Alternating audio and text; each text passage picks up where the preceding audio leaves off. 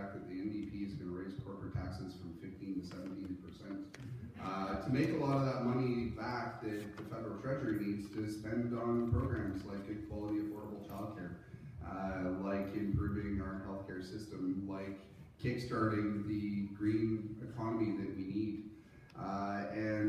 You know, this new trade deal that's been signed, I mean, we saw how badly the last two worked out for us.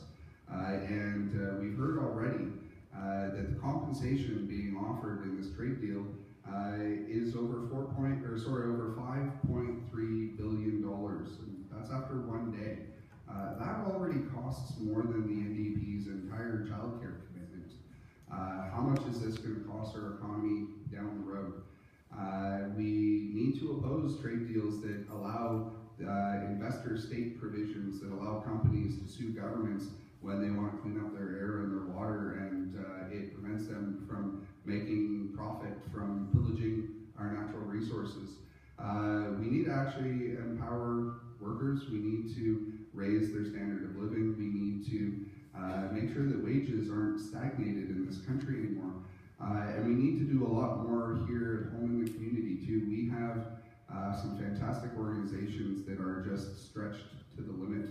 I was at the Warren Woods annual general meeting last night, and they have been dealing with flat core funding since 2008.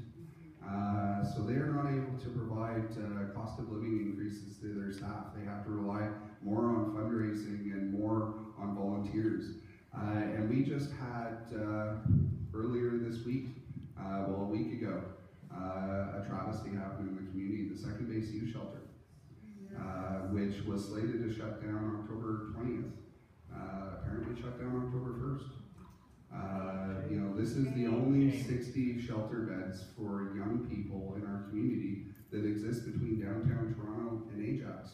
And the shelter in Ajax has a curfew, and if you show up after hours, you can't get in.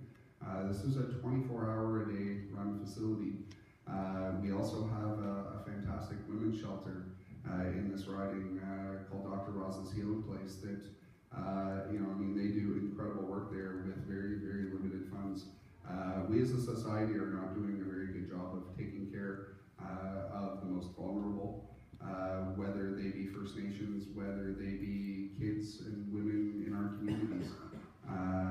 We are doing a terrible job at actually helping disenfranchised communities to get a leg up.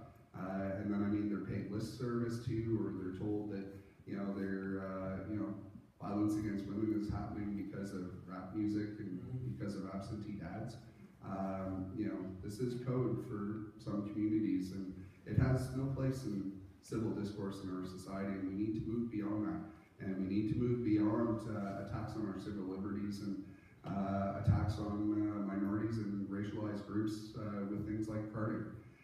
You know, this is something that the guy who's supposed to be to my right now has been running away from.